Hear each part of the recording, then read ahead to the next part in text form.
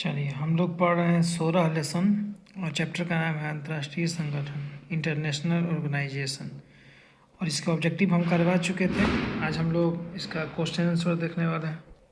4 number प्रश्न कह रहा है कि विश्व व्यापार संगठन की भूमिका का उल्लेख कीजिए और विश्व व्यापार संगठन का क्या उद्देश्य है।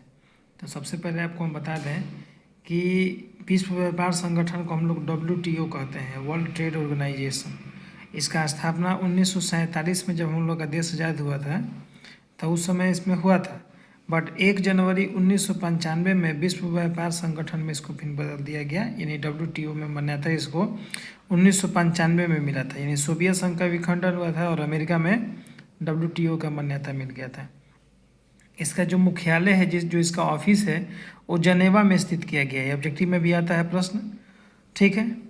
और इसका जो बिजनेस है, मतलब कि जो व्यापारिक संगठन है, वो बहुत सारे देशों के साथ है ना। जैसे कि बहुत सारे व्यापारिक जो देश हैं इसके साथ मिलकर व्यापार करते हैं। यह बौद्धिक संपदा और संबंधी विवादों का निपटारा कर सकता है और हर 2 वर्षों के बाद इसकी बैठक होती है, जिसमें सदस्य देश के विदेशी मंत्रिमंडल गण भाग लेते हैं तथा बहुमत के आधार पर इनका निर्णय होते हैं। अभी तक इसके यदि बात करें तो सदस्यों की कुल संख्या है 197। आपको दिख रहा होगा 157 इसकी कुल सदस्यों की संख्या है। संक्षेप में यदि हम लोग इसके कार्यों की बात करें, सबसे पहला इसका कार्य है अपने व्यापारिक समझौते को लागू करना। नंबर 2 है व्यापारिक संबंधी बातचीत के लिए मंचों के रूप में कार्य करना। इसके बाद हम लोगों का व्यापारिक संबंधी विवादों का निपटारा करना, अंतर्राष्ट्रीय व्यापारिक संबंधी नीतियों पर नज़र रखना, विकासशील देशों को तत्कालीन सहायता व प्रशिक्षण करना और अन्य इसमें संगठन के सहयोग वाला कार्य करना। यह निसंदेह यह जो संगठन है वो गेट से बहुत बेहतर है। ऊपर में देखिएगा यहाँ पर तो गेट करके दिखा रहा है, तो गेट से जो ये संगठन है ये बहुत ही क्या है, बढ़िया है। यह अपने कार्य क्षेत्र में वस्तुओं को ही नहीं बल्कि सेवाओं तथा बीमा संबंधी मामलों को भी शामिल करता है। यानी कि वर्ल्ड ट्रेड ऑर्गेनाइजेशन जो है, तो इसका मोटिव ये नहीं है कि केवल हम व्यापार करेंगे, इसका मोटिव ये भी है कि हम बढ़िया से वस्तुओं का निर्माण करेंगे और एक तरह का बीमा पॉलिसी और अन्य पॉलिसियों को भी जारी करेंगे। और इसमें आज के देश में 157 को सदस्य यानी कि देश शामिल है और इसको मान्यता मिला है 1995 में, 1 जनवरी 1995 में। चलिए ये आपका कंप्लीट हो रहा है। देखिए अब क्वेश्चन नंबर 8 है, संयुक्त राष्ट्र के महासचिव पर संक्षिप्त टिप्पणी देना है। संयुक्त राष्ट्र महासचिव कौन होते हैं भाई?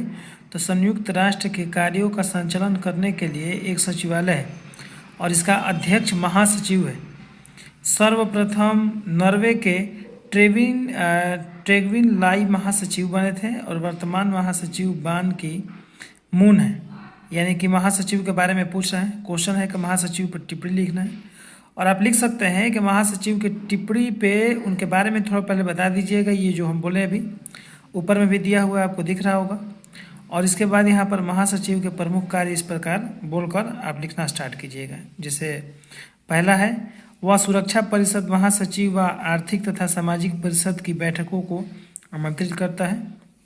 नंबर 2 में संघ के विभिन्न क्षेत्रों के द्वारा लिए गए निर्णयों को लागू करता है। और यदि विश्व में कहीं शांति व खतरा पैदा होता है ना, विश्व में यदि शांति या खतरा कहीं पैदा होता है तो उसकी सूचना सुरक्षा परिषद को देता है। और सचिवालय नंबर 4 में है, सचिवालय के सारे कार्यों का रिपोर्ट महासभा तैयार करता है। महासभा क्या कर सकता है? महासभा नंबर 1 में सुरक्षा परिषद की बैठक कर सकता है, नंबर 2 में विभिन्न अंगों को तैयार कर सकता है, नंबर 3 में विश्व में शांति पैदा कर सकता है, जो भी खतरा है उसको हटा सकता है, और महासचिवालय के सारे कार्यों को रिपोर्ट महासभा को प्रेषित कर सकता है, नहीं दे सकता है। और 5वां है कि अंतर्राष्ट्रीय गोष्ठियों का आयोजन कर सकता है, नहीं अंतर्राष्ट्रीय शांतिमय कार्यों का क्या कर सकता है, आयोजन कर सकता है। तो आई होप आपको समझ में आ रहा होगा कि संयुक्त राष्ट्र के महासचिव पर क्या आपको टिप्पणी लिखना है। ये क्वेश्चन 2 नंबर का आता है और बिहार बोर्ड 2017 में प्रश्न आया भी है। चलिए प्रश्न संख्या 11 देख लीजिए। 11 में है कि संयुक्त राष्ट्र का महासभा का गठन और कार्य का वर्णन करना है। तो संयुक्त राष्ट्र की महासभा का गठन और विवेचना यदि हम लोग करें तो महासभा में संयुक्त राष्ट्र का सर्वे अंग है और यह एक प्रकार से विश्व की संसद के समान है। संयुक्त राष्ट्र के सभी सदस्य इसके सदस्य हैं मतलब, और प्रत्येक सदस्य राष्ट्र अपने 5 प्रतिनिधियों को भेजता है, परंतु उनका मत होता है वर्ष में एक बार इसका अधिवेशन होता है, और इसकी स्थापना के समय इसके सदस्यों की कुल संख्या 51 थी, जो बढ़कर अब 193 को हो गई है। यह महासभा संयुक्त राष्ट्र अमेरिका द्वारा चलाया जाता है, यूएन जनरल असेंबली द्वारा। और इसमें देखिए महासभा के प्रमुख कार्य निम्नलिखित हैं। नंबर 1 में है, यह अंतर्राष्ट्रीय शांति और सुरक्षा संबंधी मामलों पर विचार करती है और निर्णय लेती है। दूसरा है इसमें कि यह संयुक्त राष्ट्र का बजट पास करती है, और तीसरा है कि यह नए राज्यों को संयुक्त राज्य का सदस्य बनाने में निर्णय लेती है। चौथा है, यह संयुक्त राष्ट्र के अंग यानी कि अन्य अंगों के सदस्यों का चुनाव करती है। और पांचवा है, यह सुरक्षा परिषद की सिफारिश पर संयुक्त राष्ट्र के महासचिव की नियुक्ति करती है ना। अब देखिए सबसे इम्पोर्टेंट प्रश्न 12 नंबर है, और 12 नंबर इतना इम्पोर्टेंट प्रश्न है कि बीएसपी में दिखा रहा है, बिहार बोर्ड 2017 और 19 में 2 बार पूछे जा चुके हैं।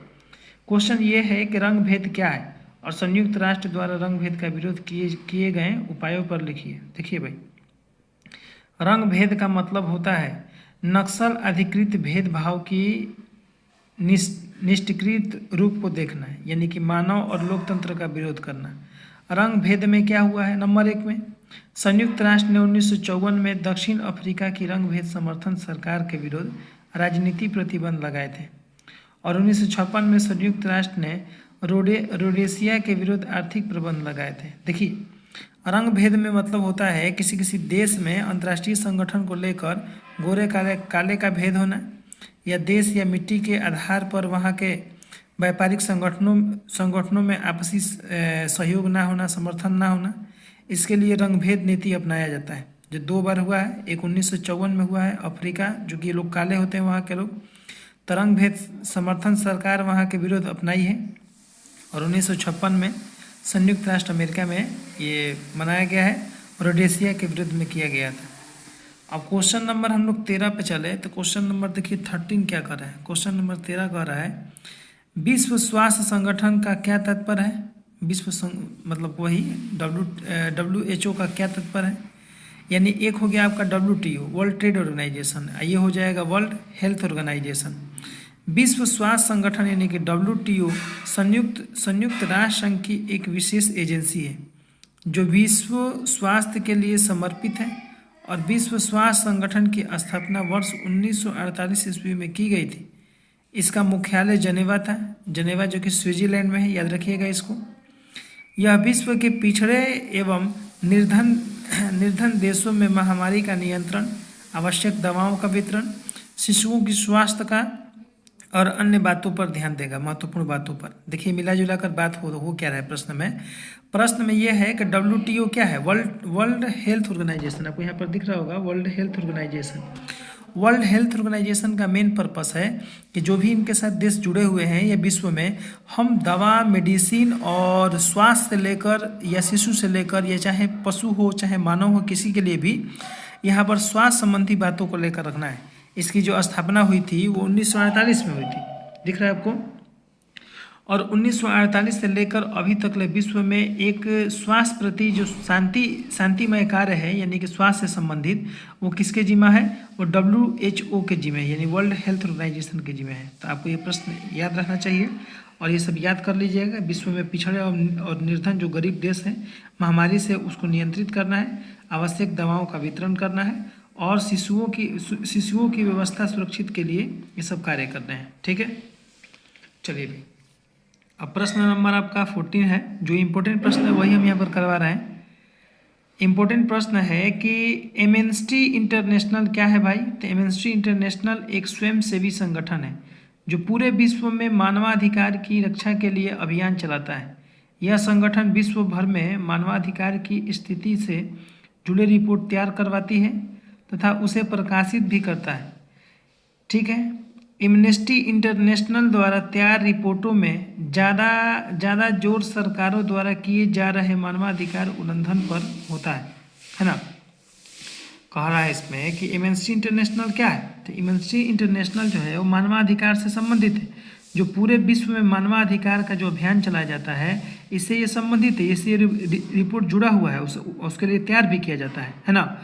और एमनेस्टी इंटरनेशनल द्वारा जो ये रिपोर्ट तैयार किया जाता है, सरकार द्वारा ये मानवाधिकार का उल्लंघन पर होता है कि मानवाधिकार का यानी कि मानव से संबंधित कल्याण के लिए होता है। ठीक है, इस प्रश्न को भी याद कर लीजिएगा। 12, 14 और 20 में प्रश्न पूछे गए। 15 नंबर प्रश्न भी इम्पोर्टेंट है, जो 2020 और 21 में पूछे गए हैं लेटेस्ट में। उम्मीद है कि ये 2023 में भी पूछे जाएंगे ये प्रश्न, ये 24 में पूछे जाएंगे। तो संयुक्त राष्ट्र संघ के उद्देश्य क्या है? संयुक्त राष्ट्र संघ के प्रमुख उद्देश्य निम्नलिखित है भाई। यहाँ पर 2 उद्देश्य के बारे में बोल रहा है, लेकिन हम उद्देश्य निम्नलिखित लिखेंगे। आपको कम से कम इसमें 5 उद्देश्य याद रखना चाहिए। पहला है अंतर्राष्ट्रीय शांति व सुरक्षा बनाए रखना तथा शांति उत्पन्न करने वाले कारकों को नियंत्रित करना। नंबर 2 है अंतर्राष्ट्रीय विवादों का शांतिपूर्ण समाधान करना। और नंबर 3 है राष्ट्रों के आत्मनिर्णय के सिद्धांतों का सम्मान करते हुए राष्ट्रों के मध्य मैत्रीपूर्ण यानी कि फ्रेंडशिप का व्यवहार स्थापित करना आपसी में। ठीक है ना। नंबर 2 में क्या था? शांतिपूर्ण समाधान करना। और नंबर 1 में था अंतर्राष्ट्रीय शांति व सुरक्षा पर ज़्यादा बल देना। ठीक है। 4 नंबर है कि मानव अधिकारों व स्वतंत्रताओं को क्या करना भाई? प्रोत्साहित करना। ठीक है। और यहाँ पर सुरक्षा प्रदान करना, विश्व में समाज व आर्थिक विकास की संभावनाओं को बढ़ाना, अंतर्राष्ट्रीय सहयोग को बढ़ावा देना और इसके मंच के रूप में कार्य करना। तो ये 6 गो है, आप इसमें से 5 को याद कर लीजिएगा। 16 नंबर प्रश्न भी बहुत महत्वपूर्ण है। मानव विकास सूचकांक से आप क्या समझते हैं, यानी कि what do you understand by the human development index. देखिए भाई, ह्यूमन डेवलपमेंट इंडेक्स जो है यानी कि मानव विकास सूचकांक जो है, इससे मानव के जीवन से संबंधित बातों पर ध्यान दिया जाएगा। उनके जीवन में किसी प्रकार की बीमारी या किसी प्रकार के आपसी मतभेद ना हो, शिक्षा संबंधी, कल्याण संबंधी, बौद्धिक संबंधी, इन सब बातों को इसमें इन्वॉल्व करना होगा। लिखा हुआ है कि संयुक्त राष्ट्र विकास कार्यक्रम के द्वारा जारी की जाने वाली वार्षिक रिपोर्ट है जो जीवन प्रत्याशा, शिक्षा और आय के मानकों के आधार पर प्रकाशित की जाती है। सर्वप्रथम मानव विकास सूचकांक की रिपोर्ट सन 1990 में प्रकाशित हुई थी। दिख रहा है आपको? और तब से है ना, तब से क्या भाई, तब से प्रतिवर्ष इस रिपोर्ट को प्रकाशित की जा रही है। और इस सूचकांक का पता चलता है कि कोई देश विकसित है या विकासशील अथवा अविकसित है, यानी कि कौन देश विकसित है, विकासशील है। जैसे अमेरिका है तो वो विकसित है और भारत है तो विकासशील देश है। इस तरह विश्व के हर देशों को पता लगाना है, जिसको नाम है ह्यूमन डेवलपमेंट इंडेक्स, यानी कि मानव के कल्याण हेतु कौन सा देश कैसा है और कितना विकास हुआ है।